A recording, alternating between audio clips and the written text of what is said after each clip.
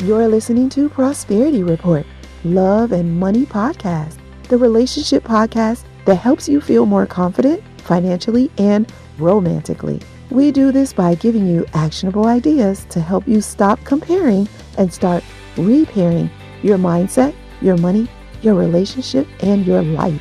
I'm your host, Kanae Corder, best-selling author, international speaker, hypnotherapist, and financial therapist. Let's grow with the flow together. Enjoy the show.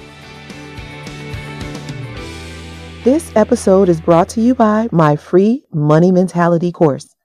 Learn your money personality and how you can reach your full financial potential.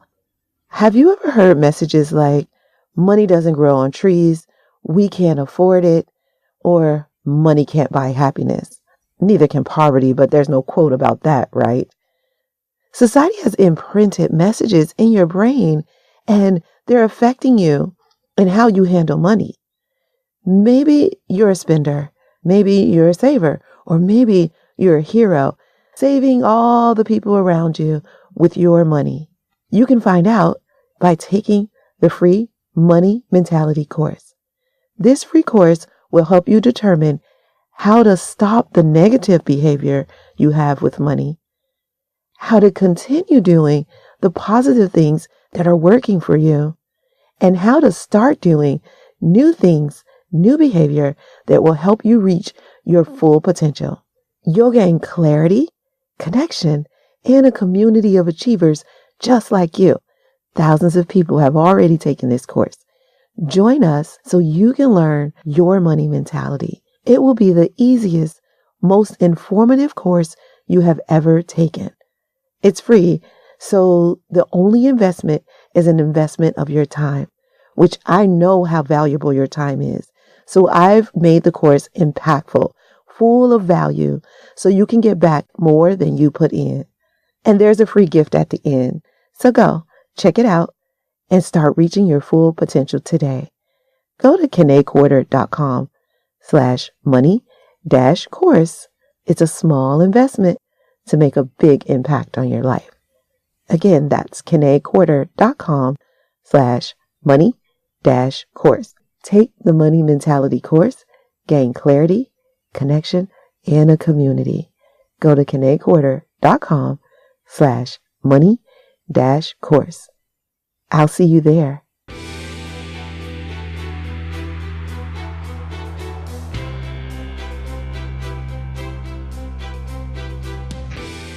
Hey guys, I'm so glad you're here. We have a great show lined up. We're going to keep that theme of evolving, talking about how you can have a life you love, starting with your health. And moms, if you're listening, really tune in. This is all for you. If you're listening, it's probably because you have a desire to improve or maintain good health. You're dedicated to your wellness and it's important to you. If you haven't been serious about it, you're ready to get serious about it now. Am I right? Well, good. You're in the right place. So I promised you in last week's episode that we're going to, for this whole entire year, go on a transformational journey that's going to make it so we never have to make another resolution again. And my guest today, Amy Sunstein, is going to help us do that when it comes to our holistic health. Amy is a wellness expert that shows moms how to reach their optimal health so that they can pass that down to their children and raise healthy kids. Oftentimes, moms sacrifice their health to focus on their children, but when they do that, they lose their own health. Well, Amy shows you how you can put yourself first, or like they say on the airplane, put on your mask first before assisting others. Because when you do that, you're doing the very best for your family by taking care of you. Amy is a former nurse and a current holistic wellness coach that represents the Juice Plus lifestyle. She has 2 children of her own and a thriving business. So Amy knows a little bit about being busy while raising healthy kids. She knows this and she has sort of a claim to fame. Her daughter has not taken a day off of school for being sick in 9 years. And her son has a miraculous healing journey of his own. But I'll let her tell you about that. So join me in welcoming my guest today, Amy Sunstein. Hey, Amy. Hi, Kanae. I'm excited about this episode. I got my ginger lemon tea You're getting your anti-inflammatories in early. That's good. Yes. So you know where we start. You know the show. Let's start with my favorite question. What is your idea of prosperity? Well, when you first mentioned this years ago, too, I had a visual that came to mind. When I was a younger kid, I had a bank that had divisions: save, spend, and gift. So that's sort of how I still believe in prosperity. I would be nowhere if I didn't gift to people. That's just something I love to do. So that's obviously a part of it. And then you need enough in your spend so that you can maintain, a house, a home, whatever other things that you need on a daily basis without stress and aggravation, especially raising teenagers. And then obviously the save so that, if you want to travel, if you want to buy a new car, send your kids to college, whatever that entails, you sort of have a comfort level of all of those. Obviously, they may not be equal, but you're comfortable with all three of those. And it goes along with what you teach anyhow. Yeah, absolutely. You've been with me for a long time. We've been together a while, so I kind of know your lifestyle, and I feel like you do a good job with that. Like already seemed like you came to coaching with that idea that you know your idea of prosperity. And like you said, I asked you that a long time ago, but you had already been working on that since childhood. And not Yeah. everybody has. Some people are still figuring that out, wellness being one of those parts, but wealth being a big part of that, and afraid to say that wealth is a part of their idea of prosperity. So I'm so proud. I'll just add a little story. I'm a black belt in judo. And so even in college, I would compete and travel nationally and even internationally. And so you don't have much money as a college student ever, but I would save $10 a month into an account and know that, okay, that might be the next flight to wherever for an opportunity to compete. And Yeah. so, yeah, it has been a part of my habits for a long time. Yeah. And really what it is, it's just a small amount, a little bit here, a little bit there, Uh-huh. which we'll talk a little bit more about later. And then before you know it, you've reached your goal, Right. whether it's financial, wellness, or even love. So I want to ask about holistic. Like that might be a new term for some people. When you say holistic healing with Amy, It's encompassing all parts, mind, body, spirit, and they don't necessarily have to be in balance. I really don't know if everything can be in balance, but they at least have to be level enough. I If call you're, it harmony. yeah, that's a good one. That's a good word, harmony. Yeah, because balance is really tough for people to strive for. But, it's a little bit of this. As your body gets better, your mind grows. As your mind gets better, maybe your spiritual health or your physical health grows. So it just sort of goes hand in hand. So what I hear you saying is holistic basically is the mind, the body, the spirit all working together in concert, since we're using the word harmony. Yeah, exactly. Oh, And so when you get them all working optimally, then you have the lifestyle you want and probably your idea of prosperity. right. I would think. Yep. Yeah. And what I find is that the further you are from your idea of prosperity, the closer you are to unhappiness, or in this case, unhealthiness. Right. Good way. Good way to put it. Yes. Yeah. My next question then is, if you're achieving or if your goal is holistic healing or holistic health, then do you do this all at once? Is it one thing at a time? If we're saying finding harmony in all those areas, like how do you get there? Well, I think one simple change is the way to do it. But as Mhm. you evolve in one area, I think it naturally follows that the other ones come along. So Yeah. it doesn't matter necessarily where you start. I mean, I think food is a great way because we do it 3 times a day, 5 times a day. It's a way to sort of get control. And if you can control that part, a lot of other parts fall into play. But one simple change, one a month, if you've incorporated something new, at the end of a year, you have 12 new habits. Hopefully, they're all good ones, but 12 new habits that you're a different person. You're not necessarily following a whole lot of bad things and you've left those behind. So we've talked about before, it takes about 30 days to change a habit. Yeah, Perfect amount of time. exactly. So you take these one simple change, just one small change, incrementally increasing your health without having to overhaul your whole entire life. a lot of times that's why people don't keep their resolutions, because they think they're going to like overhaul their whole entire life. They're going to go to the gym every day. They're going to eat 100% clean. They're going to say only nice things, whatever they're trying to do in this new lifestyle.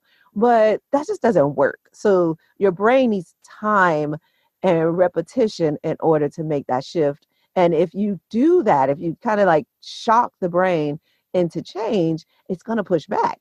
And so you'll end up falling, reverting, and maybe sometimes even worse than you were before you started.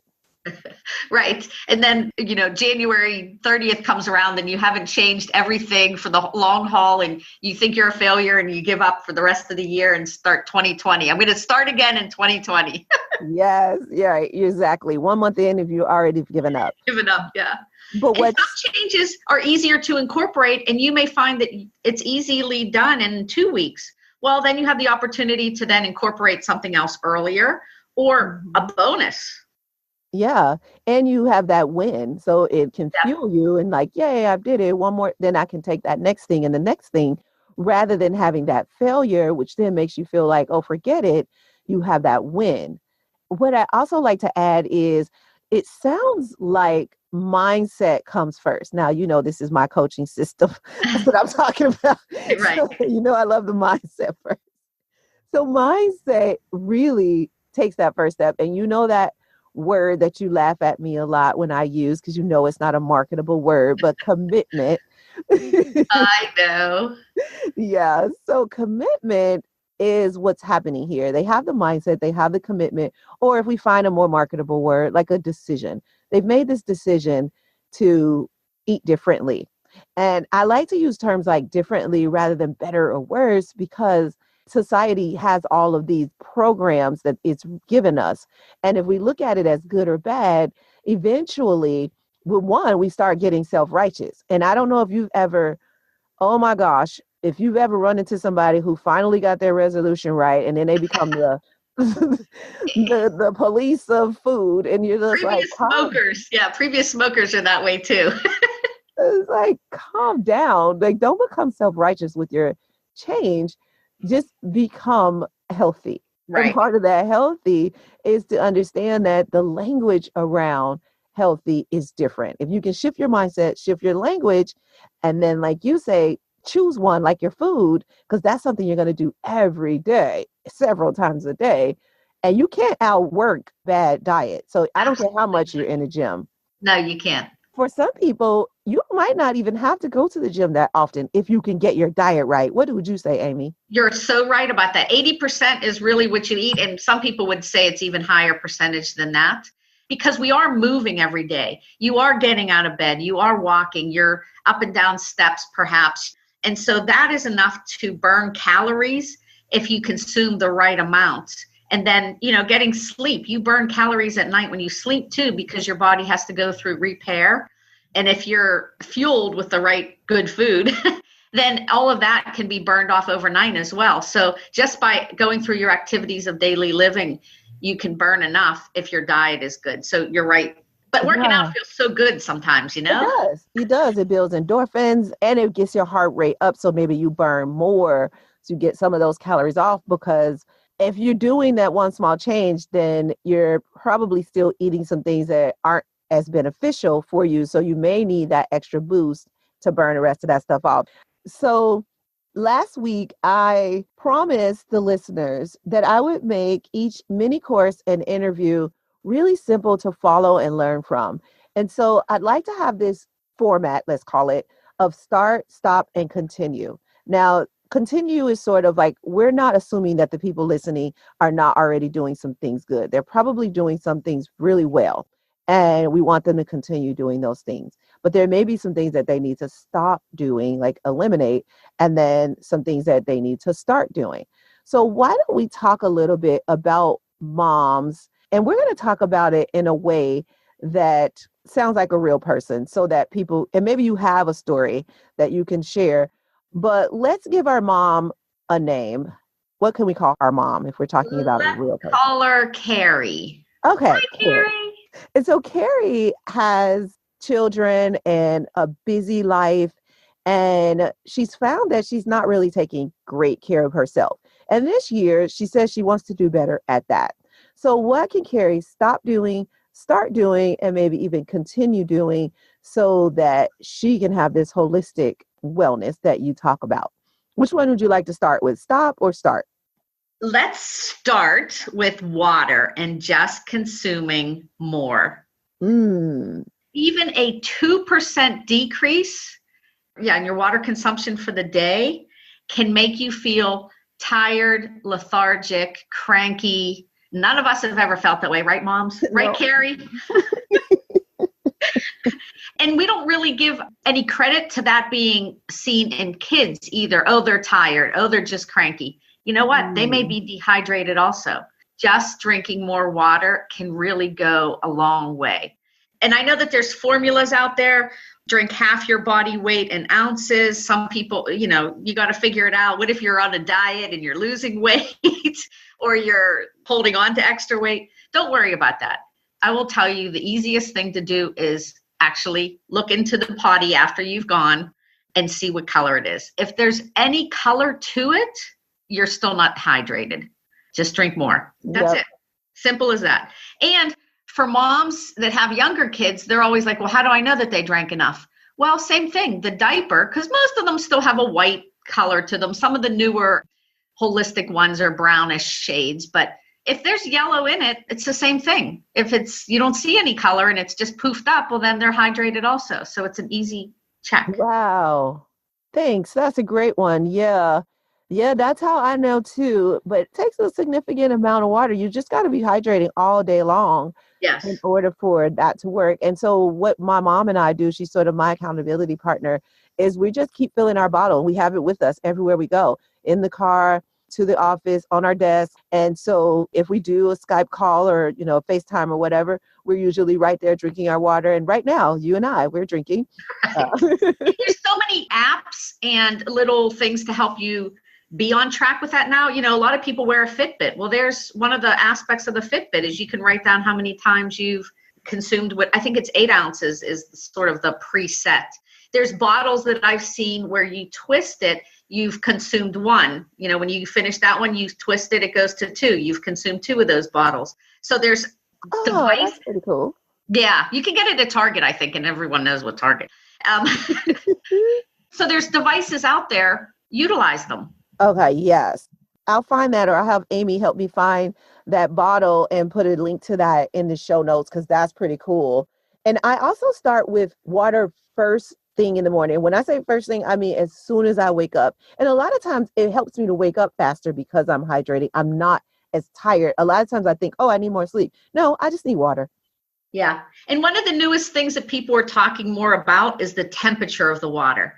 The reason you don't necessarily want it cold, as refreshing as it is, and that's fine, do it occasionally or whatever, but you won't get the nutritional benefits if you're eating with cold water because it coagulates everything, so it won't be absorbed as easily. Warm water dilates your vessels so that the hydrating aspects of water are actually seen faster. It'll get into your system faster, as opposed to cold water. So that's why you hear a lot more about drinking room temperature. And think about it, historically speaking, our ancestors and generations and cavemen, they didn't really have cold water. So it's not that our body needs it or has ever had it, evolutionarily speaking. Yeah, that's just a preference, the cold water, but that's not a health benefit.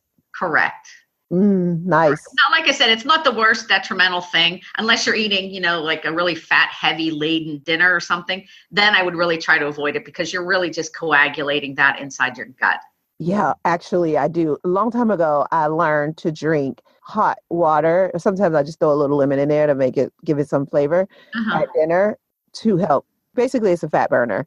Yeah. Also, grapefruit is a fat burner too, and papaya. So that's just a little tidbit I'll give you guys.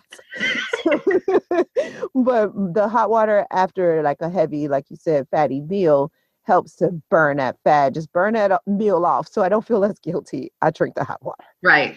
So basically, in summary, water, drink more. So start drinking more, stop drinking it cold on occasion, and stop drinking other beverages that we think are water, like sweet tea. You know what I mean? We're in the South here, Kanae, so I got to talk about tea. Yes.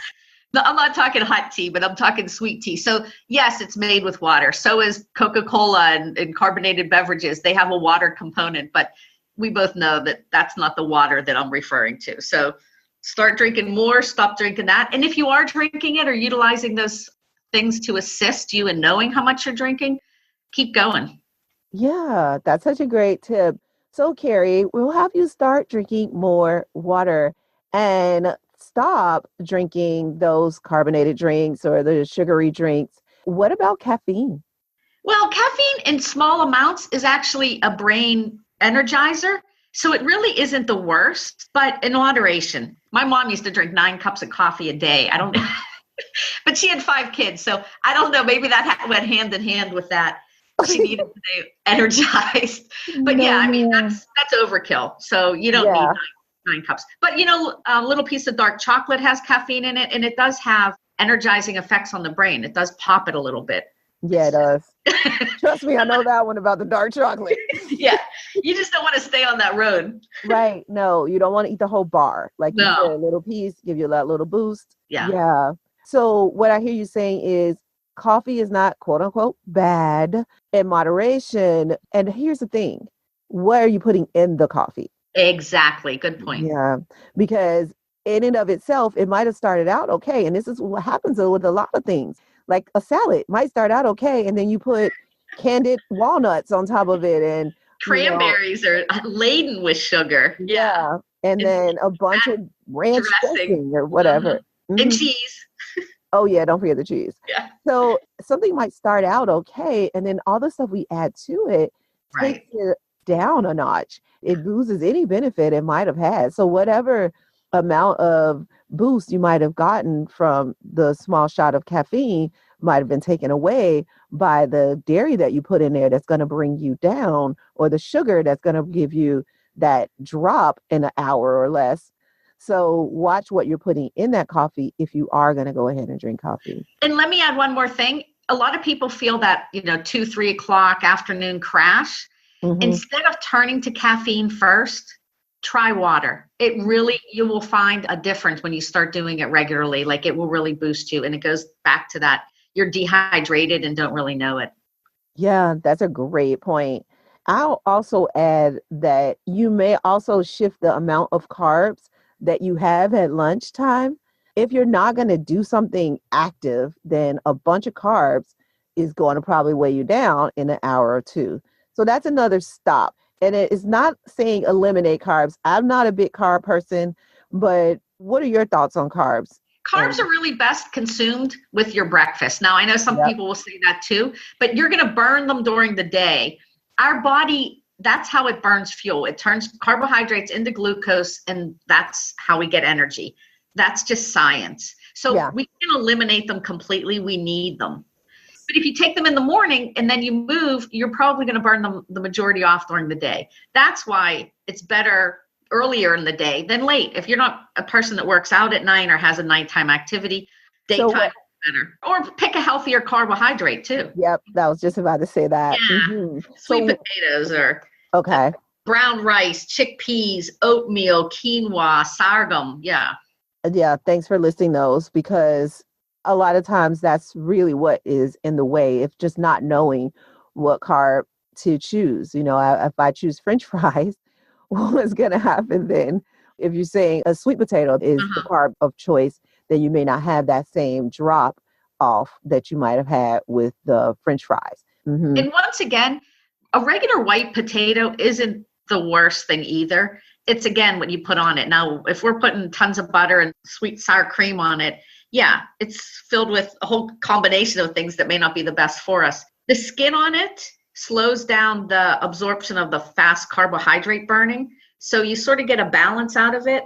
So it's not really the worst choice either. Yeah, but a lot of people don't eat the skin on potatoes. Absolutely not. And they have to eat it with tons of sour cream and butter. So that's what makes it Oh even my worse. gosh. Yes. So what I get out of that is start eating the right carbs and the right amount of carbs and the right time of day.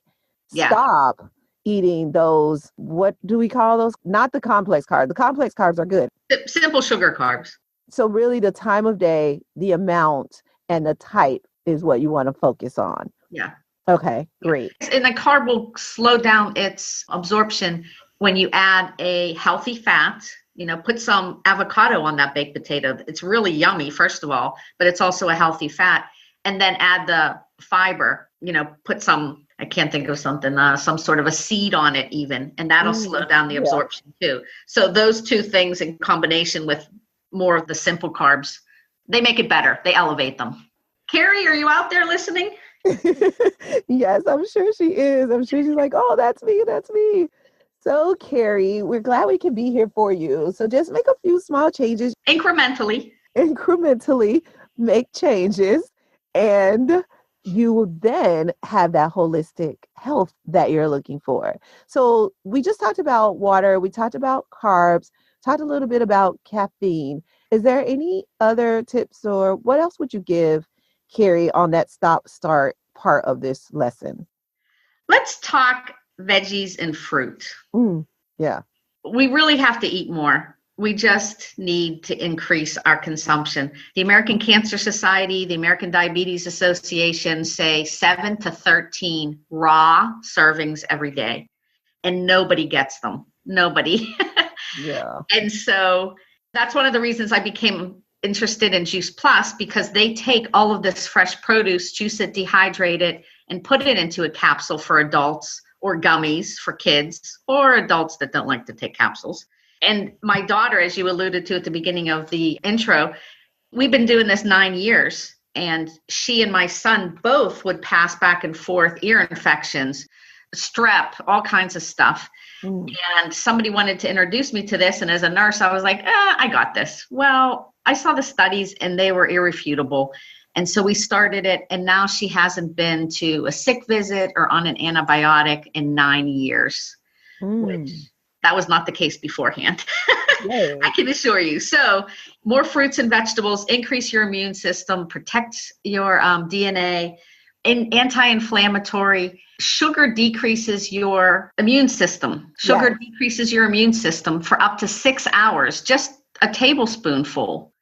And so we start at about Halloween, let's say, increasing our sugar consumption. And then we all wonder why this time of year, everybody's got the sniffles and the flu season hits us so hard in January. Well, there's some physiological reasons why that's happening. Exactly. Yeah. That's good stuff. Yeah. So you kind of skated over it a little bit, but I'm going to go a little bit deeper into it. So just like I've been your coach, you coach me right back. What I hear you say is that we need 7 to 12 servings of raw vegetables a day, but it's almost impossible to get that unless that's your job to eat vegetables all day. You probably won't get enough. So you have to have something else to help you get there. And you chose Juice Plus because of the way it's made, the care that they take to put their products together. Juice Plus is what you use in order to make sure you and your children are getting the other servings that you can't get through the food that you're preparing. Because you guys are eating the right foods and taking these Juice Plus, are they called vitamins? Is that what we call them? No, they're a supplement, but since it's raw food, it's not even labeled as a supplement. It's just labeled as food. Okay, so we take this Juice Plus supplement, but we'll say Juice Plus food. And because you added that Juice Plus food, their children are not getting sick anymore. They used to get sick all the time and give each other sicknesses all the time. Yeah, and probably get them from school as well. But because you made that shift, that change, now they don't get sick that way. And your daughter, for 9 years, hasn't had a sick visit or taken out for school because of a sickness, like a cold or flu or whatever. Right. So decreasing the amount of antibiotics and stuff I've put into her system is awesome. Yeah. Right. I just didn't even know what I didn't know. Getting the extra fruits and vegetables in protects your immune system. Yeah. And the great thing that I hear also is that you, Amy, made the change. Mommy made the change. And the children followed through. Because one argument that I've heard Carrie say is that, oh, my kids won't eat that stuff. They won't eat vegetables. Tell me about that. I hear that so much. And one of the reasons I started too was the company offered a program. I got on and the kid got on for free. Hello, who doesn't like free? And the company still offers that to this day. So you could have a kid on for free up to 4 years, Kanae. Oh. I know, it's amazing. But you're right. Our kids follow what we do also. And so my knowledge base, building and growing with the need for more. And if you're an athlete, by the way, I'll just throw this in here. It's not just 7 to 13 that they recommend. It's up to 18 and 20. And we're not talking cooked. We're talking raw. And so one of my jokes is always, you're taking your shower, eating your broccoli, there's not enough time in the day to even chew it all, let alone buy it all and consume it. So anyway, that's just a little funny aside that I go with. But the studies that have been done have just really quelled my need to know that I was doing something good for myself and then once again for them, and then my actual results. Now, I'll say too, a quick story about my son. You alluded to this also earlier, but he had a terrible fall at school and got a concussion. Now, it took a long time for his head to heal, but he was able to do it all without pain medications and other things. And to this day, he now has no, in the medical world, it's called sequela, but I'm trying to think of the English word. There's no issues, ongoing issues and problems.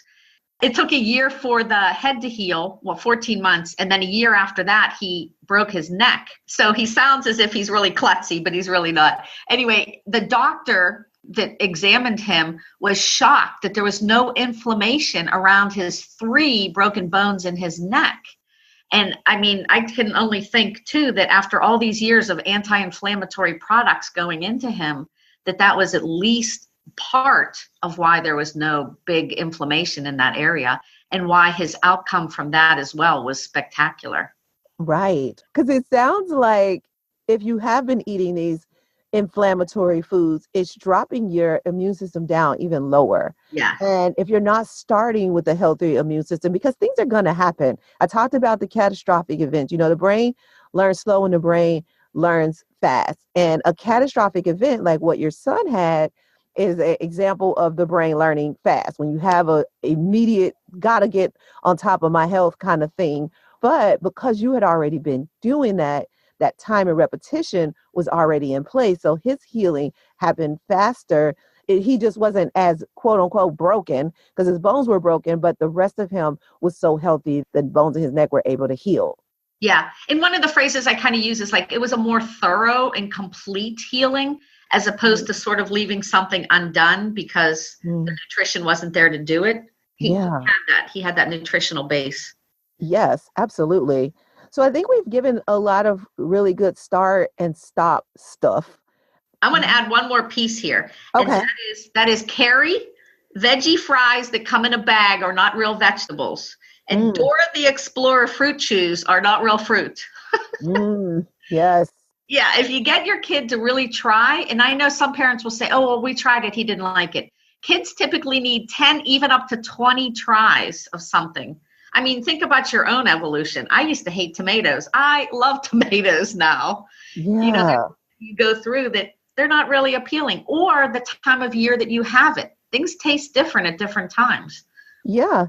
And that's a big excuse. I want us to talk about 2 things. I want us to talk about the brain and the way the brain learns, because we've talked about these small changes over time. So I do want to talk about that. But I'm going to give you a small example. And some of the listeners know I have an adopted daughter. And when she came to me, she was 16 years old with a lot of habits already in place. And there would be so many foods that she told me she didn't eat. I'm like, okay, what are you talking about? You don't eat them. Have you even tried them? And she's like, no, I don't eat them. And I'm like, you do, and you will. And so I'm making it. You're going to eat it and we're going to enjoy it. You're going to taste it. And if you don't like it, let's prepare it in a way that you do like it. Now, she's older because she can articulate that. But sometimes it's about preparing it in a way that they can like it. Like, let them have some input and be diligent. Like, if you aren't doing it, like if you're saying, okay, well, let's not do it, and then I'm not going to do it either, and you're eating chips and drinking Kool-Aid or whatever you drink, then of course they're going to want chips and Kool-Aid if that's what you're doing. But Right. if you made that shift, then that's what's going to make them make the shift. So she saw me doing it. She learned a lot from my example. I was born healthy. My parents raised us healthy. This is a lifestyle that I was born with. It wasn't something I changed into. So I already had it. So it's easy for me to pass down to her because it was in me for a generation. I'm second generation healthy and I'm passing it down to her. And she's even passing it down to my grandson now. But a lot of that has to do with me sticking to my guns and me saying, no, we're just going to keep trying things until you find a healthy thing that you do like. And that's how we got that. So I do want to bring that up to Carrie, because if you're coming into life and your children are already 5 or 7 or whatever, and their brains are already programmed to eat a bunch of sugar, and you, Carrie, are already programmed to eat a bunch of sugar, a bunch of simple carbs, then that's your habit. So going into the brain learns slow, brain learns fast. So we talked about the catastrophic event that could change your brain, but there's also that small increments, time and repetition, like how you learned your ABCs. You said them a bunch of times until finally you're like, yay, mommy, I know my ABCs. So the same will happen with your health. One small change at a time, like Amy says. And then as you take those small changes, 30 days, the brain needs in order to like solidify that, starting with something like a quick win. And then you pull that to the next month and you add something else. And the next month you add something else until you basically trained your brain for change. Right. And by the way, congratulations to you for doing that with her, because that's a tough battle with the teenager who's sort of set in their ways. Yeah, it is. And there were some compromises. Like you said, it's not, you do have to do this overhaul. It was small changes over time. And like we just switched some things. I had her do the research with me too. I was tutoring after school and I read a study about these dyes like red number 40 and Oh, blue yeah, terrible. something. Yeah, and so these blue and red, and a lot of the stuff she was eating had this blue and red dye in it. So I just had her read the study with me, and she was 16, but even the younger kids have some understanding. We don't give our children credit for how smart they are. And Right. sometimes, let me tell you something. If you tell a kid something, they will tell the world and they will remember. They'll tell all their friends, they'll tell their friends' parents. So you don't even have to worry about doing it. You just tell a kid and they'll like, no, we don't eat that because blah, blah, blah, blah. I know. That is true. Yeah. And what's cool though is as you eat more raw fruits and vegetables, you crave more. And so once you start getting more sugar out of their systems, if that's, the issue with the kids, they notice it. They start wanting more. My son was a perfect example. We were only on this product 2 weeks. He was not my best eater. And he's climbing on the counter trying to get an apple out of the fruit bowl. Yeah. And I was like, oh my gosh, there really is like something to this. It's great. Yeah. And that reminds me too, for littler kids, you can use what we call a nibble tray. It's just basically a cupcake tray. Mm-hmm. And you put multiple different things in it and you just let it sit out and watch it disappear. A couple blueberries, some carrots. You can put a little scoop of sweet potatoes or something in there and just let it sit out. It's their size. It's open to them. It's not going to go bad. It's just raw fruits and vegetables, and let them experiment on their own. And it's sort of giving them that autonomy and power to do it. And they disappear. It's a great little tool to get your kids to eat more healthy. Yeah, and the visual is cool because it's in the little cupcake container, and the colors, the Yep. blues, Eat the rainbow. yeah, eat the rainbow, but not the Skittles, the like real real food. And I'll tell you this too. You were talking about how you grew up. My parents didn't even believe in vaccinations. So I grew up very kind of holistically also. So I come to this naturally. It was kind of a shock to everybody that I went into the medical field and became a nurse. But I feel that that's my strength now and able to help Carrie understand the science behind why she's doing some of the things she's doing, as well as a way to get there.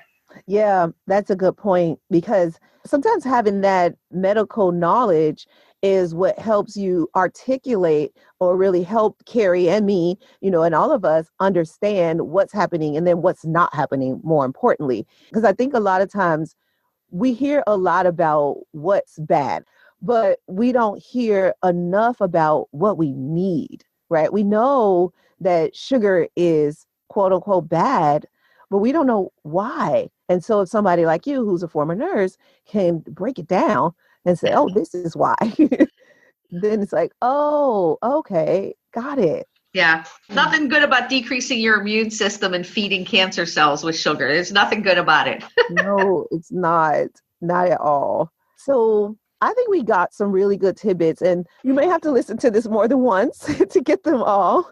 So if you do rewind, listen to this episode again, but there's a lot there. I'll put some stuff in the show notes that we talked about. I'll grab some notes from Amy. So make sure I give you guys everything you need. I would like to talk a little bit about continue, because a lot of times people get defeated by, the hard part.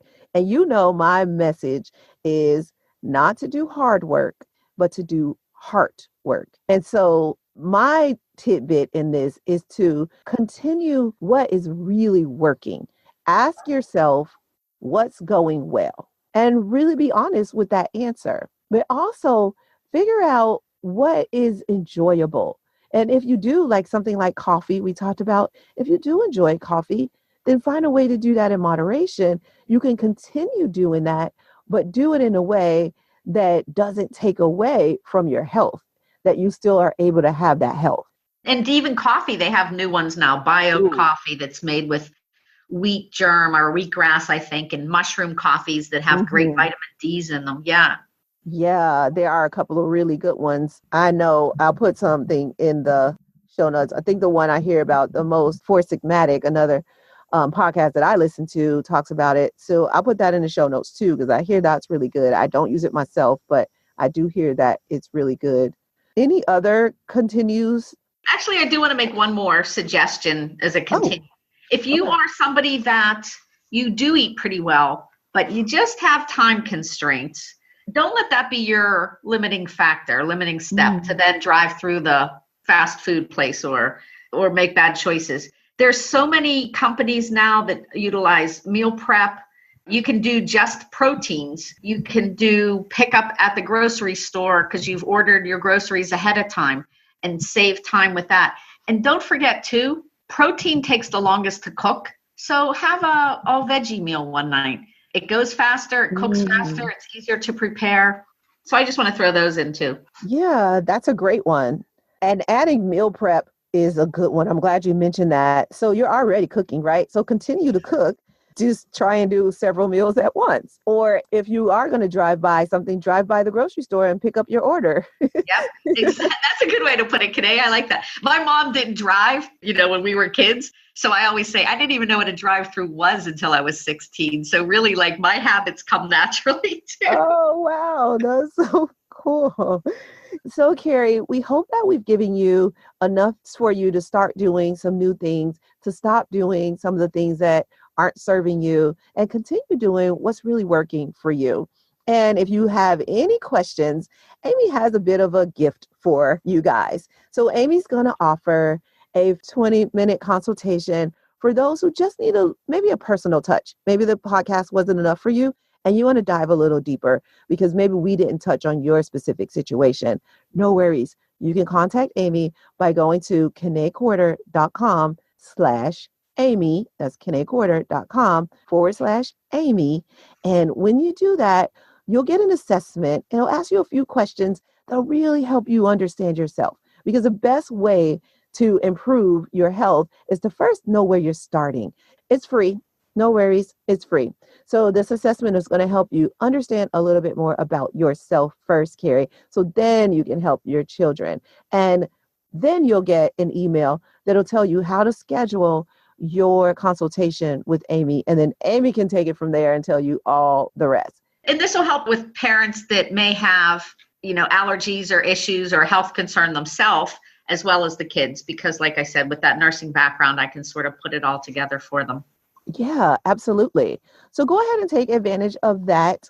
One of my tips from last week was to take control, take stock, take advantage of your opportunities. So take action, people. Don't just listen to this podcast. Take action. Thank you, Amy, for joining us. We do have one last question.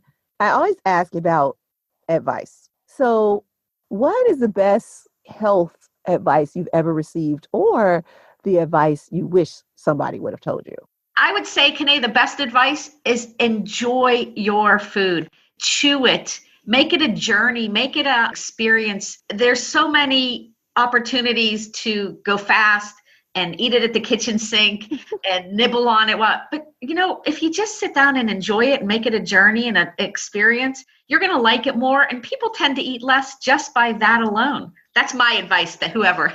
I wish someone had told me that. Nice. Awesome. Thank you so much for that.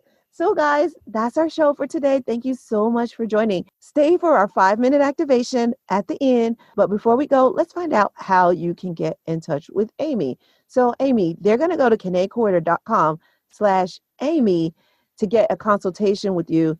But what if they don't want a consultation just yet? Well, they can follow me on Instagram at Amy Yes. with JP. Awesome. Or if you want that consultation, go to KeneCorder.com/Amy. Either way, you'll find all the information, more information about Amy, but also more information about how you can stay healthy. So I'll see you guys next week. Enjoy and have a prosperous day.